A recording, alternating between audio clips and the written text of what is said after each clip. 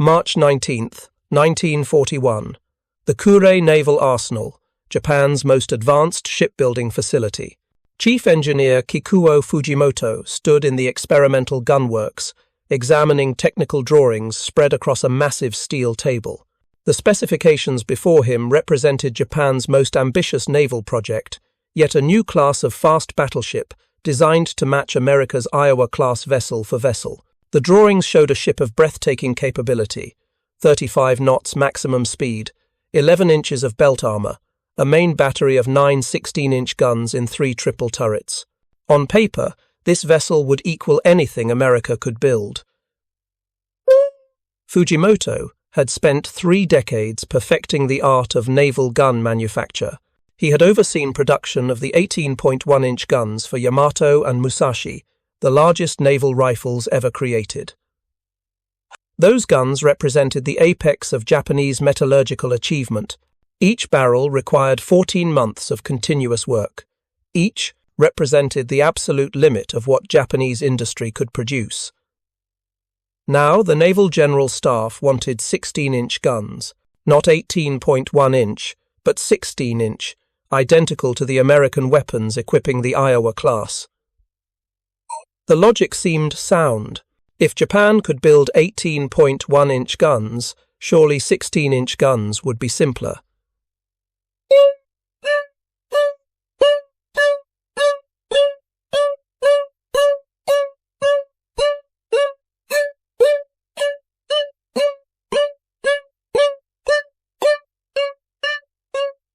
Less metal, easier manufacture. Fujimoto. The problem was not the size of the hole. The problem was everything else. If you're enjoying this deep dive into the story, hit the subscribe button and let us know in the comments from where in the world you are watching from today. American 16-inch guns fired shells weighing 2,700 pounds to ranges exceeding 42,000 yards. They achieved this through unprecedented muzzle velocities requiring chamber pressures that would rupture barrels made of conventional steel. The metallurgy was the secret. American guns used steel alloys Japan could not duplicate. The manufacturing processes required industrial capabilities Japan did not possess.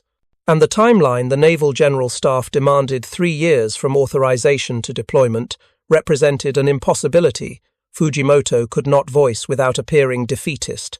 The story of Japan's failed attempt to build Iowa-equivalent battleships is not simply a tale of one technical challenge. It is the story of an entire industrial philosophy colliding with material reality. It is the story of a nation that had mastered 19th-century gun-making techniques, discovering that 20th-century naval weapons required industrial infrastructure Japan had never built. Japanese confidence in their ability to manufacture advanced naval weapons had deep historical roots. Since the Russo-Japanese War of 1904 to 1905, Japanese arsenals had produced increasingly sophisticated weapons through meticulous craftsmanship and dedication to perfection. The 45 caliber 14-inch guns equipping the Congo-class battlecruisers, originally built in Britain but later manufactured domestically, demonstrated Japanese capability to produce world-class naval rifles. The 18.1-inch guns for Yamato represented the culmination of this tradition. Each barrel was a masterpiece of precision engineering. The gunworks at Kure Arsenal employed master craftsmen whose skills had been developed over decades. These men understood steel at an intuitive level that transcended engineering drawings. They could hear flaws in castings by the sound of a hammer tap. They could judge temperature by color with accuracy that matched pyrometers. This artisanal approach to manufacturing had produced the most powerful naval guns in history, but it was fundamentally incompatible with the industrial-scale production modern naval warfare demanded. The 18.1-inch guns for Yamato and Musashi required 27 barrels, total 9 for each ship, plus 9 spares for eventual barrel replacement. Production of these 27 barrels consumed virtually the entire output of Japan's naval gun manufacturing capacity for 4 years. American 16-inch gun production told a different story. Between 1937 and 1945, American industry produced 132 16-inch 50-caliber gun barrels.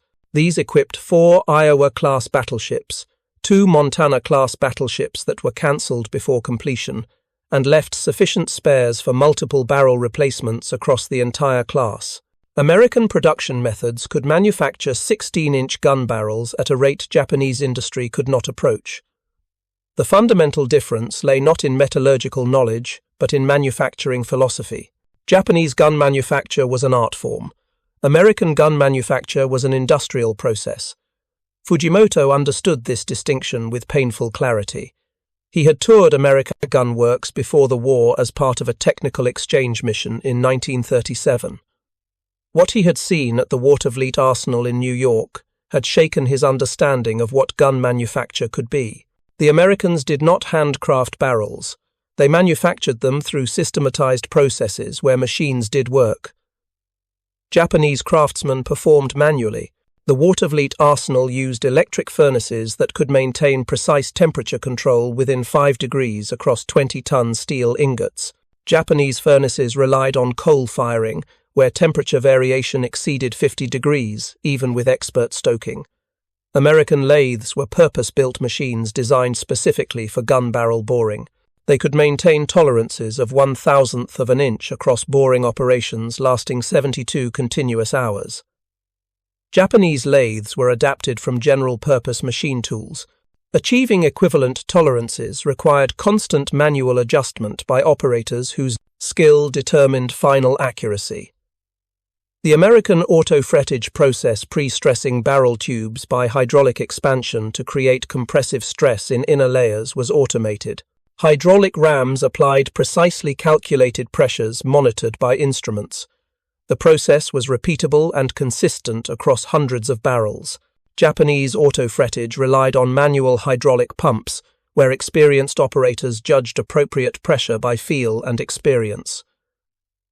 Results varied between barrels. Each gun was essentially unique. This variation did not matter when producing 9 guns for a single ship, where each could be individually tested and calibrated.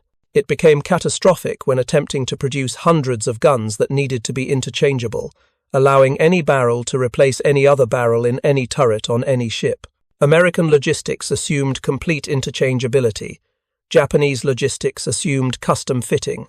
The steel itself presented insurmountable challenges.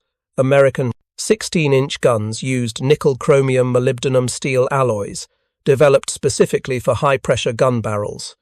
The alloy designation was electric furnace gun steel. The composition was classified, but Japanese metallurgists had analyzed barrel fragments from scuttled German ships after World War I and understood the general principles. The alloy required nickel content between 3 and 4%. Japan's domestic nickel production was negligible. All nickel was imported, primarily from French Indochina, with some additional supply from Dutch East Indies after Japanese occupation in 1942. Total available nickel for all Japanese war production never exceeded 15,000 tons annually. A single 16-inch gun barrel required approximately 8 tons of nickel in the finished forging, with additional material lost to machining waste. Producing sufficient barrels for even 2 Iowa-equivalent battleships, 18 gun barrels plus spares would consume over 200 tons of nickel. This represented more than 1% of Japan's total annual nickel supply. The Naval General Staff expected this nickel to materialize without reducing allocation to aircraft engines, armor plate for tanks, or stainless steel for submarine hulls. Fujimoto's requisitions for experimental barrel manufacture were repeatedly delayed as available nickel was diverted to what the staff considered more immediate priorities. Chromium presented similar constraints. The steel alloy required approximately 1% chromium content. Japan imported chromium primarily from India before the war, with some domestic production from lower-grade ores. After war began, chromium imports ceased. Domestic production was insufficient for existing commitments. Substituting lower chromium alloys reduced barrel life and increased the risk of catastrophic failure during firing. Molybdenum, the third critical alloying element, was even scarcer. Japan had virtually no domestic molybdenum sources. Pre-war stocks were limited. Without molybdenum, The steel lacked the heat resistance necessary to withstand chamber pressures exceeding 20 tons per square inch during firing. Alternative alloys using tungsten or vanadium were theoretically possible, but testing and qualification would require years Japan did not have. Even assuming adequate alloy materials could be obtained, the forging process presented its own obstacles. American 16-inch gun tubes were forged from single electric furnace ingots, weighing over 60 tons. The WWII arsenal's electric furnaces could produce such ingots with chemical homogeneity that Japanese coal-fired furnaces could not match. Impurities in Japanese steel sulfur content above 0.02%, phosphorus above 0.015%, created weak points that propagated cracks under the cyclic stress of repeated firing. The Americans controlled impurities through electric furnace refining, where precise temperature and atmosphere management allowed sulfur and phosphorus to be reduced below 0.01%. Japanese steel for Yamato's 18.1-inch guns averaged 0.03% sulfur content. This was acceptable for guns firing relatively low-velocity shells at chamber pressures around 20 tons per square inch. For high-velocity guns operating at 25 tons per square inch, such impurity levels guaranteed premature barrel failure. Fujimoto conducted experimental firings using prototype 16-inch barrels manufactured with available materials. The first barrel failed after 120 rounds, less than half the minimum acceptable service life. Examination revealed crack propagation, initiating from sulfur inclusions in the steel. The second barrel, manufactured with slightly better steel refined in experimental electric furnaces, achieved 280 rounds before accuracy degradation forced replacement. American 16-inch guns routinely achieved 300 rounds before replacement, with some barrels lasting over 400 rounds. The rifling process compounded manufacturing difficulties. American guns used a broaching process where precision cutting tools machined rifling grooves in a single pass. The broacher tool, over 60 feet long with progressively larger cutting teeth, was pulled through the bore by hydraulic rams exerting hundreds of tons of force. Each pass cut all the rifling grooves simultaneously, with perfect consistency. Japanese gunworks lacked broaching equipment of this scale. Rifling was cut using a hook cutter that machined one groove at a time in multiple passes. An operator guided the cutting tool while the barrel rotated at precisely controlled speeds. The process required extraordinary skill and took over 2 weeks of continuous work for a single barrel. The American broaching process took 6 hours. Human skill, no matter how developed, could not match the consistency of machine-cut rifling. Variations in groove depth of even a few thousandths of an inch affected projectile spin and therefore accuracy. Japanese 18.1-inch guns showed measurable variation between individual barrels that required custom fire control tables for each gun. American 16-inch guns were manufactured to tolerances, allowing a single fire control table to be used across all weapons of the same mark. The chamber design presented another critical challenge. American 16-inch 50 caliber guns used a distinctive chamber shape optimized for progressive burning propellants. The chamber was slightly larger in diameter than the bore, with a precisely engineered taper, the forcing cone transitioning from chamber to rifling. This design allowed chamber pressures to build progressively as the projectile accelerated, maximizing velocity while minimizing peak pressure. The forcing cone geometry was critical, too steep an angle, and the projectile would slam into. The rifling, spiking pressure dangerously. Too shallow an angle and the chamber volume would be excessive, reducing efficiency. American guns used a 1-degree 30-minute taper machined to tolerances of plus or minus 0.005 inches. Japanese machine tools could not consistently hold these tolerances across multiple barrels. Fujimoto's experimental barrels used simplified forcing cone designs with steeper tapers that were easier to machine consistently. Testing revealed these designs generated higher peak pressures and more violent pressure curves. Projectile engraving, the process of forcing the soft copper driving band into the rifling, occurred more abruptly, occasionally causing driving band failure where copper sheared off instead of engaging the rifling. Projectiles with failed driving bands tumbled immediately after leaving the muzzle, creating wild shots that posed danger to friendly ships. The propellant itself created additional complications. American 16-inch guns used a stick propellant with progressive burning characteristics. The grains were manufactured with multiple perforations that increased burning surface area as combustion progressed. Early in the burning cycle, when chamber pressure needed to be modest to avoid spiking as the projectile began moving, the relatively small surface area limited gas generation. As the projectile accelerated and chamber volume increased, the expanding perforations increased surface area and gas generation, maintaining pressure as volume grew. This progressive burning was essential for achieving the high velocities 16-inch guns required. Japanese propellant manufacture had mastered single perforation grains for existing naval weapons. Manufacturing multi-perforation grains required extrusion equipment Japan did not possess. Attempts to achieve equivalent performance using different grain geometries or faster burning propellant compositions resulted in unacceptable pressure spikes. One experimental firing using a modified propellant load-generated chamber pressure estimated at 32 tons per square inch, well beyond the design limit. The barrel did not burst, but examination revealed yielding of the inner tube that would have led to failure within a few dozen additional rounds. The incident convinced Fujimoto that achieving American velocity performance with available propellants was impossible without better steel or different barrel designs. The turret mechanisms posed their own technical challenges. American 16-inch turrets used electric hydraulic systems, where electric motors drove hydraulic pumps, providing power for all turret functions. Training, elevating, ramming, and powder handling were all hydraulically actuated with electric control. This created a flexible system where power could be distributed as needed, and control circuits could incorporate automatic features. Japanese turrets used primarily mechanical drive systems. Training and elevation used electric motors connected through gear trains. Ramming was pneumatic.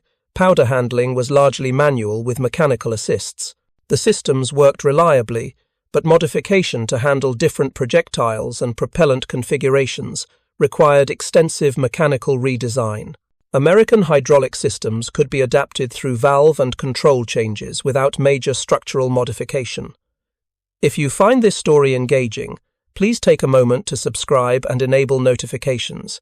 It helps us continue producing in-depth content like this.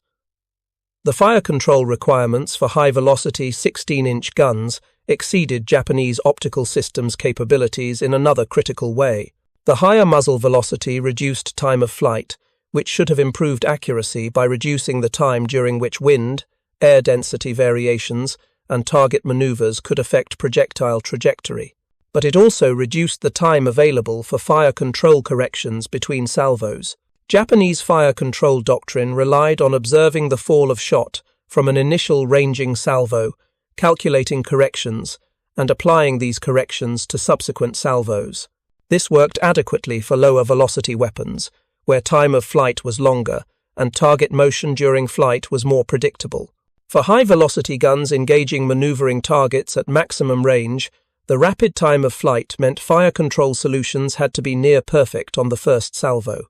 Japanese optical rangefinders and mechanical calculators could not provide this level of precision consistently. American fire control had evolved toward radar direction by the early 1940s. While Japanese planners in 1941 did not fully understand American radar capabilities, that revelation would come later in the war, the theoretical requirement was clear. High-performance guns needed high-performance fire control. Japan lacked both the radar technology and the industrial capacity to manufacture radar-directed fire control systems at scale. By late 1942, Fujimoto's experimental program had consumed 18 months and produced exactly 0 barrels suitable for service use. 4 prototype barrels had been manufactured. 1 failed during proof firing. 2 achieved marginal performance with accuracy and barrel life below acceptable standards. The 4th was still under test, but showing wear rates, suggesting a service life under 200 rounds. The Naval General Staff, desperate for fast battleships to counter American Iowa-class vessels that intelligence reported were under construction, demanded acceleration of the program. Fujimoto submitted a detailed technical report explaining why acceleration was impossible without fundamental changes to Japanese industrial infrastructure. The report documented every technical barrier in exhaustive detail. It provided cost estimates for building the necessary manufacturing capabilities. The figures were staggering. Constructing electric furnaces capable of producing homogeneous 60-ton steel ingots would require electrical generation capacity equal to a small city.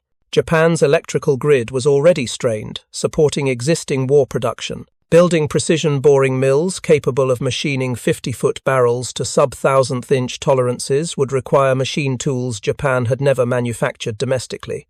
The American machines were built by specialized firms like Niles Bement Pond, whose precision grinding and assembly techniques represented decades of accumulated expertise. Developing broaching equipment for cutting rifling would require hydraulic systems generating pressures Japanese industry had never achieved in mobile equipment. Training workers to operate these systems would take years. Most critically, securing adequate supplies of nickel, chromium, and molybdenum would require either doubling imports, impossible given Allied submarine interdiction of merchant shipping, or reducing allocation to aircraft production, which the Army would never accept. The report concluded that domestic manufacture of Iowa-equivalent 16-inch guns was possible only with a minimum 5-year development program, allocation of resources equivalent to the entire Yamato construction program, and acceptance of performance compromises that would leave the guns inferior to American weapons they were meant to match. Fujimoto recommended abandoning the 16-inch gun project and instead focusing resources on improving existing 14-inch weapons and developing better fire control systems. The Naval General Staff rejected the report. Not on technical grounds, Fujimoto's analysis was irrefutable, but on strategic grounds. Without fast battleships mounting heavy guns, Japan would have no counter to American Iowa-class vessels. The Americans were reportedly building 4, possibly 6 of these ships. Japanese battle line would be outmatched in both speed and firepower. Abandoning the 16-inch gun program meant accepting permanent inferiority in battleship capability. In March 1943, the Naval General Staff officially suspended the 16-inch gun development program. The suspension was not framed as cancellation, but as postponement pending resolution of material supply issues. No resources were allocated for resolving those issues. The ship designs that would have used the guns designated as Design A-150, an improved Yamato with higher speed and 16-inch main battery, remained on paper. 2 hulls had been tentatively assigned yard space at Kure and Yokosuka. That space was now reallocated to aircraft carrier construction. The irony was profound. Japan entered the Pacific War with the largest battleship guns ever manufactured, the 18.1-inch rifles of Yamato and Musashi, but could not manufacture the 16-inch guns that would have provided balanced capability at reasonable cost. The 18.1-inch weapons represented the apex of artisanal manufacture. The 16-inch weapons required industrial-scale production. Japan had perfected the former, but could not achieve the latter. American industry told a contrasting story.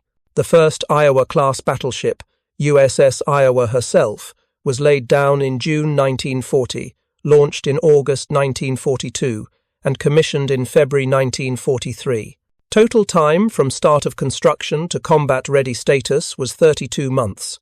The main battery guns were manufactured concurrently at Waterfleet Arsenal and delivered to the shipyard as complete units ready for installation.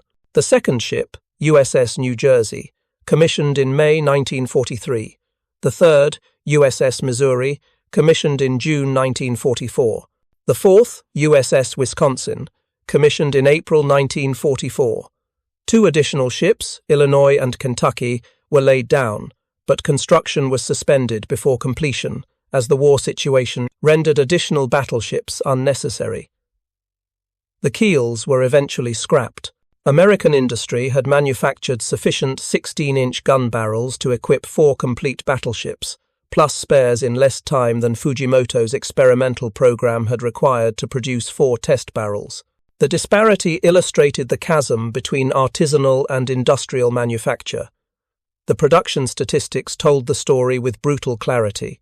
Between 1937 and 1945, the Watervliet Arsenal manufactured 132 16-inch 50-caliber gun barrels. The Washington Navy Yard Gun Factory produced an additional 48 16-inch 45-caliber barrels for older battleships being modernized. Total American production of heavy naval gun barrels exceeded 180 units in 8 years. Japanese production of 18.1-inch barrels for Yamato and Musashi totaled 27 units in approximately the same period. Japanese production of 16-inch barrels totaled 0. The ratio spoke volumes. American industry produced heavy naval gun barrels at roughly 7 times the rate Japanese industry achieved, and those American barrels were manufactured to tighter tolerances with more consistent quality and longer service life. The manufacturing process itself revealed the depth of American industrial sophistication. A 16-inch gun barrel began as a hollow steel ingot weighing approximately 65 tons. The ingot was cast in an electric furnace, where temperature control within plus or minus 5 degrees Fahrenheit allowed precise control of chemical composition and crystalline structure. The mold was vertical, with the hollow core formed by a water-cooled mandrel inserted from the top. This produced an ingot that was already tubular, reducing the amount of material that needed to be removed during subsequent machining. The ingot was allowed to cool slowly in a controlled environment over several days. Rapid cooling would have created internal stresses that could cause cracking during subsequent forging operations. After initial cooling, the ingot was reheated to forging temperature approximately 2,300 degrees Fahrenheit in gas-fired furnaces with automatic temperature control. The heating was gradual, taking over 24 hours to ensure uniform temperature throughout the massive steel mass. Forging occurred under hydraulic presses capable of exerting 10,000 tons of force. The ingot was worked gradually, with multiple heatings and pressings that refined the grain structure and eliminated internal voids. The process required approximately 3 weeks and resulted in a gun tube blank weighing about 45 tons. The blank was then stress-relieved through another controlled heating and cooling cycle that removed internal stresses introduced during forging. Rough boring removed material from the interior, creating the initial bore. This operation used carbide-tipped cutting tools on lathes specifically designed for gun barrel manufacture. The lathe bed was over 60 feet long, supported on concrete foundations that extended 30 feet into the ground to provide vibration-free mounting. Cutting speeds and feed rates were controlled by automatic systems that maintained consistent material removal rates. After rough boring, the barrel underwent auto-frettage hydraulic expansion that pre-stressed the inner layers. The process involved sealing both ends of the barrel and pumping hydraulic fluid to pressures exceeding the maximum expected chamber pressure during firing. This caused the inner layers of steel to yield plastically, while outer layers remained elastic.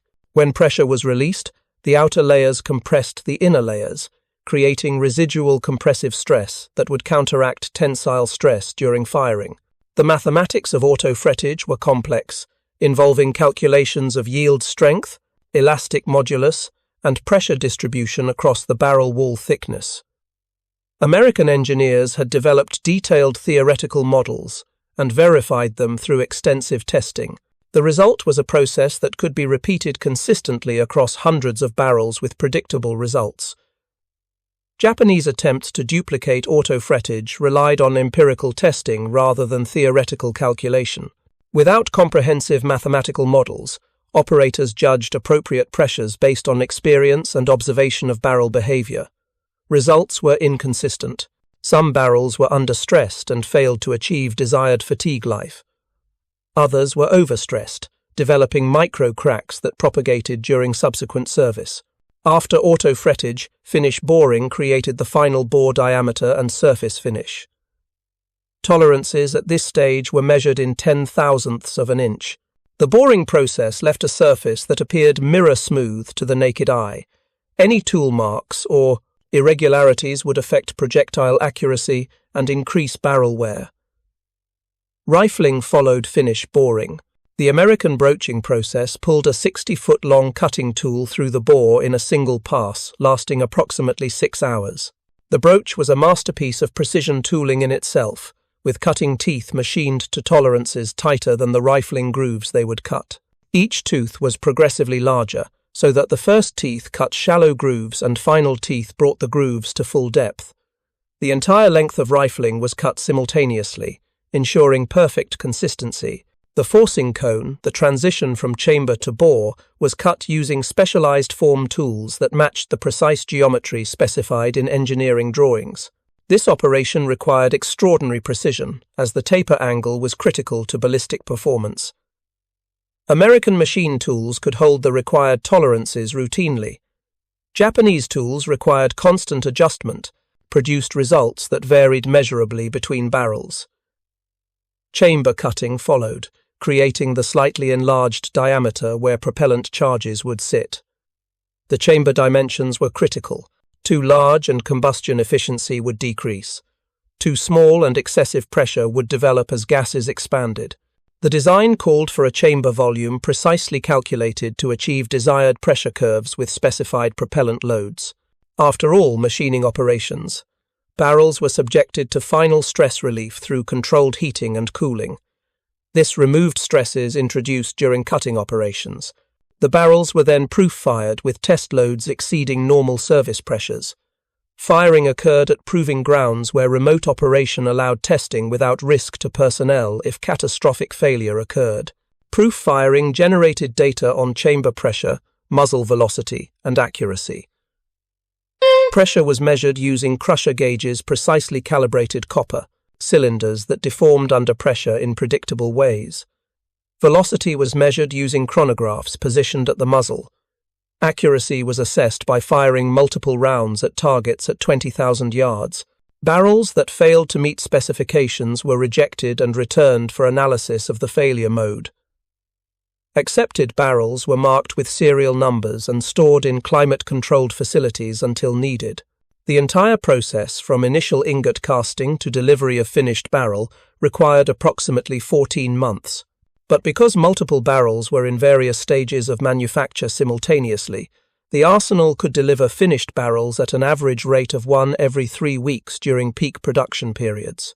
This production capacity meant that when USS Iowa was commissioned in February 1943, the Navy already possessed sufficient spare barrels to replace her main battery twice over, when barrel wear in combat necessitated replacement, as it eventually did for guns that participated in extensive shore bombardment. Spare barrels were available immediately. Ships returned to port, spent barrels were removed and replaced with fresh units, and the vessels returned to combat without extended yard periods. Japanese logistics assumed barrels would last the life of the ship. No provision was made for routine replacement. When Yamato's 18.1-inch guns showed excessive wear after the Battle of Leyte Gulf in October 1944, no spare barrels existed. The ship would have to fight with degraded accuracy. Fortunately for her crew, Yamato never engaged in another surface action. Her final mission in April 1945 was a one-way suicide sortie, where accuracy was irrelevant. The contrast in industrial capability extended beyond gun manufacture to every aspect of battleship construction. American shipyards built Iowa-class hulls using mass production techniques adapted from merchant ship construction. Hull sections were prefabricated in assembly halls, then moved by overhead cranes to building ways for final assembly. Welding replaced riveting in most areas, reducing construction time and improving watertight integrity. Japanese shipyards still relied heavily on riveting and on-site fabrication. The Yamato-class ships were built in traditional ways, where most components were manufactured in place by skilled workers. This produced excellent quality, but at the cost of construction time. Yamato required 4 years from keel laying to commissioning. Iowa required 32 months. The electrical systems illustrated another dimension of American industrial superiority. Iowa-class battleships were designed from the outset as integrated weapons systems where electrical power distribution, fire control, communications, and damage control were all coordinated through centralized control stations. This required electrical generation capacity exceeding most shore-based facilities of the era. Each Iowa-class ship carried 8 2,000-kilowatt turbo-generators, providing total electrical generation capacity of 16,000 kilowatts. For comparison, a small city of 10,000 people might require similar generating capacity. This massive electrical system powered everything from main battery turret drives to ventilation fans to radar sets to food refrigeration. The system was redundant, with generators distributed throughout the ship, so damage to any single compartment could not disable all power generation. Japanese battleships used less extensive electrical systems. Yamato's electrical generation capacity was approximately 8,000 kilowatts, half that of Iowa, despite Yamato displacing 20,000 tons more. This reflected different design philosophies. American designers assumed electrical power would be needed for systems not yet invented and designed generation capacity, with margin for future additions. Japanese designers built for no requirements with minimal excess capacity. The difference became critical as radar and electronic warfare systems proliferated. American ships could add new radar sets and electronic equipment by tapping existing electrical capacity. Japanese ships attempting to retrofit radar often discovered inadequate electrical power. Adding generators required major reconstruction that was impossible during wartime. The armor schemes illustrated diverging philosophies approaching the same problem from different directions. Japanese armor design emphasized absolute immunity within design ranges. Yamato's armor scheme was calculated to resist 16-inch shells at ranges from 20,000 to 30,000 yards. Within this zone, she was theoretically invulnerable. Outside this zone at longer or shorter ranges, where shells struck at steeper angles, protection was compromised. American armor design assumed that absolute immunity was impossible against modern weapons, and instead optimized for damage control. Iowa-class armor was thinner than Yamato's but distributed more extensively. The goal was not to prevent penetration absolutely, but to contain damage when penetration occurred.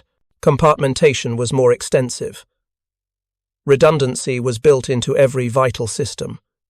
The assumption was that the ship would be hit, would take damage, and must remain combat-capable despite damage. These philosophies reflected underlying strategic realities. Japan was resource-constrained and could build only a few capital ships. Each ship needed to be individually superior to justify its existence. America had industrial capacity to build numerous capital ships and could accept that individual ships might be sunk if the overall force achieved its objectives. American battleships were components of a fleet system. Japanese battleships were almost irreplaceable individual assets. The operational consequences of these different approaches became apparent in combat. American battleships conduct extensive shore bombardment operations supporting amphibious landings across the Pacific. Ships like USS Pennsylvania, USS Idaho, and USS New Mexico fired thousands of shells supporting landing operations. Their 16-inch guns pounded Japanese defensive positions, destroyed fortifications, and provided close support for troops advancing inland. Shore bombardment was brutal on gun barrels. The high firing rates and sustained operations caused accelerated wear. American battleships rotated to rear areas for barrel replacement as needed. The industrial system ensured replacement barrels were available. Ships rarely spent more than a few weeks in yard for barrel replacement before returning to combat. Japanese battleships conducted almost no shore bombardment. The few occasions when they did, such as Kongo and Haruna bombarding Henderson Field at Guadalcanal in October 1942, were night raids focused on psychological impact as much as physical destruction. Sustained shore bombardment was not considered an appropriate use of limited battleship assets.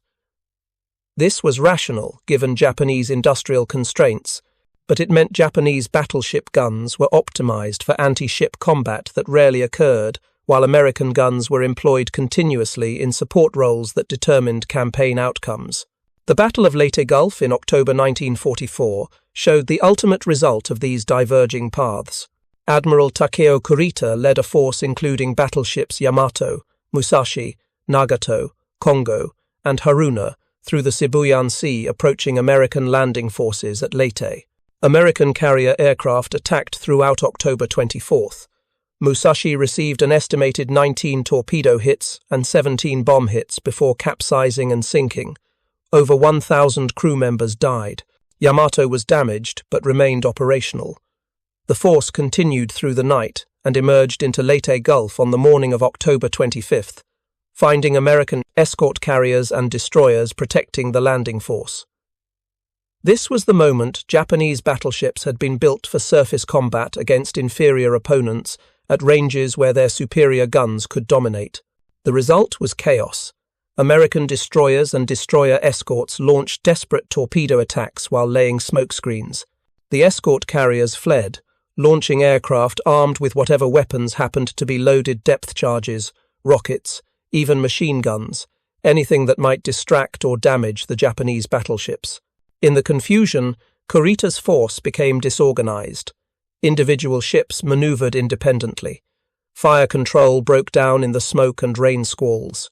Yamato fired her 18.1-inch main battery at the escort carriers. The range was approximately 35,000 yards theoretically within the gun's effective range. The fire control solution was based on optical ranging through intermittent visibility. The massive shells created spectacular splashes but scored no hits. The escort carriers' frantic maneuvering and the poor visibility defeated even the world's largest naval guns. American destroyers closed to torpedo range. The destroyer USS Johnston, though hopelessly outgunned, attacked Kumano with torpedoes and 5-inch gunfire. She scored hits with both weapons before being sunk by overwhelming Japanese return fire. Her sacrifice bought time for escort carriers to escape. Similar actions by destroyers USS Howell and USS Samuel B. Roberts delayed Japanese advance and disrupted formations. After approximately 2.5 hours of confused fighting, Kurita ordered withdrawal. His force had sunk 1 escort carrier, 2 destroyers, and 1 destroyer escort. The escort carriers, the main target, mostly escaped. Kurita later explained that he believed he was engaging fleet carriers based on reported ship sizes, and that withdrawal was necessary to avoid daylight air attacks from what he assumed were multiple carrier task forces nearby. The battle revealed the bankruptcy of battleship-centric doctrine in the face of air power. Yamato's magnificent guns had finally engaged surface targets in the climactic battle Japanese planning had envisioned. They had achieved nothing decisive. The battle was decided not by battleship gunnery, but by aircraft from escort carriers, desperate torpedo attacks by outgunned destroyers, and Kurita's confusion about what forces he faced. American battleships told a different story. USS Pennsylvania participated in operations from the Aleutians to Okinawa. She bombarded shore positions at Kwajalein, Eniwetok, Saipan, Guam, Peleliu, Leyte, Lingayen Gulf, and Okinawa. Her 14-inch guns fired over 8,000 rounds in shore bombardment. She was torpedoed by Japanese aircraft at Buckner Bay in August 1945, but survived. Her guns had materially affected the outcome of multiple campaigns. USS West Virginia, reconstructed after being sunk at Pearl Harbor, participated in the Battle of Surigao Strait in October 1944, part of the larger Leyte Gulf engagement. She and other American battleships ambushed Japanese Admiral Nishimura's force, attempting to transit Surigao Strait at night. Using radar fire control, American battleships opened fire at ranges where Japanese optical systems were useless. West Virginia fired 93 16-inch shells and scored multiple hits. Nishimura's force was annihilated. The battle lasted less than an hour and demonstrated the decisive advantage of radar-directed gunnery. USS Missouri gained fame as the site of Japanese surrender ceremonies in Tokyo Bay on September 2, 1945. But her combat record was substantial. She provided shore bombardment at Iwo Jima and Okinawa, survived a kamikaze hit that caused only superficial damage, and participated in raids on the Japanese home islands. Her guns fired over 3,000 rounds in anger, more than all of Yamato's main battery firings combined. The final accounting was brutal. Japan had built 2 Yamato-class battleships at staggering cost. Yamato was sunk by carrier aircraft in April 1945, with the loss of over 3,000 men. Musashi was sunk by carrier aircraft in October 1944, with the loss of over 1,000 men. Neither ship achieved significant combat results, despite mounting the most powerful naval guns ever manufactured. Their combined contribution to Japanese war effort was negligible, measured against their enormous resource cost. America built 4 Iowa-class battleships. All survived the war. All provided extensive shore bombardment supporting amphibious operations that determined campaign outcomes. All served in the Korean War, providing continued fire support. USS New Jersey served in Vietnam, providing shore bombardment. All 4 were reactivated in the 1980s for service in the Cold War. USS Missouri served in the Gulf War in 1991, bombarding Iraqi positions with 16-inch shells, exactly 50 years after her keel was laid. The longevity illustrated the wisdom of American design philosophy. Ships designed with margins for future equipment additions and built using manufacturing techniques that produced consistent quality lasted decades. Ships designed as perfect examples of existing technology with minimal margins for future growth became obsolete almost immediately. Yamato represented the pinnacle of battleship design circa 1937. By 1945, she was an expensive anachronism. Iowa represented an integrated weapons system with growth potential. She remained relevant into the 1990s. The story of Japan's failed attempt to build Iowa-equivalent battleships encapsulated Japan's strategic dilemma. Japanese industry could produce masterpieces, individual weapons representing the absolute apex of artisanal manufacture. Yamato's 18.1-inch guns were such masterpieces. But modern industrial warfare required mass production of competent weapons, not limited production of perfect ones. American 16-inch guns were individually inferior to Japanese 18.1-inch guns in some specifications. But America could build them in quantity sufficient to equip multiple battleships with spares for barrel replacement. That practical capability was worth more than theoretical superiority. The metallurgical challenge Japan could not solve manufacturing gun barrels requiring alloys dependent on imported materials reflected a deeper vulnerability. Japan's entire war economy depended on imported resources: oil from the Dutch East Indies, rubber from French Indochina, iron ore from the Philippines and Malaya, bauxite for aluminum from Dutch East Indies, nickel from New Caledonia before its capture by Allied forces. Every imported resource travelled by merchant ship through waters increasingly dominated by American submarines. By 1944, American submarines had cut Japanese merchant shipping to the point that resource imports were a fraction of pre-war levels. Oil tankers from the Dutch East Indies faced gauntlets of submarines patrolling the South China Sea. Ore carriers from southern resources never reached Japanese ports. The industrial base that could not manufacture 16-inch gun barrels using domestic resources was being strangled by interdiction of the imported resources it required. American industry faced no such vulnerability. Domestic steel production exceeded 100 million tons annually. Domestic oil production exceeded 4 million barrels per day. Aluminum production was sufficient to build 100,000 aircraft. Every critical industrial material was available domestically in quantities sufficient for total war. The industrial infrastructure could be continuously upgraded without depending on vulnerable supply lines crossing hostile oceans. The failure to manufacture 16-inch gun barrels was symptomatic of systemic industrial limitations. Japanese industry could not build 4-engine heavy bombers comparable to B-29 seconds, could not build proximity-fused anti-aircraft shells, could not build radar sets approaching American capability, could not build merchant ships fast enough to replace submarine losses, could not manufacture synthetic rubber when natural rubber imports were cut off. Each limitation reflected the same underlying reality.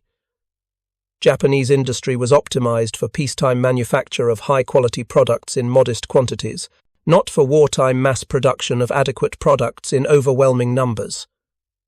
The Imperial Japanese Navy entered the Pacific War with 11 battleships, a formidable force by any standard.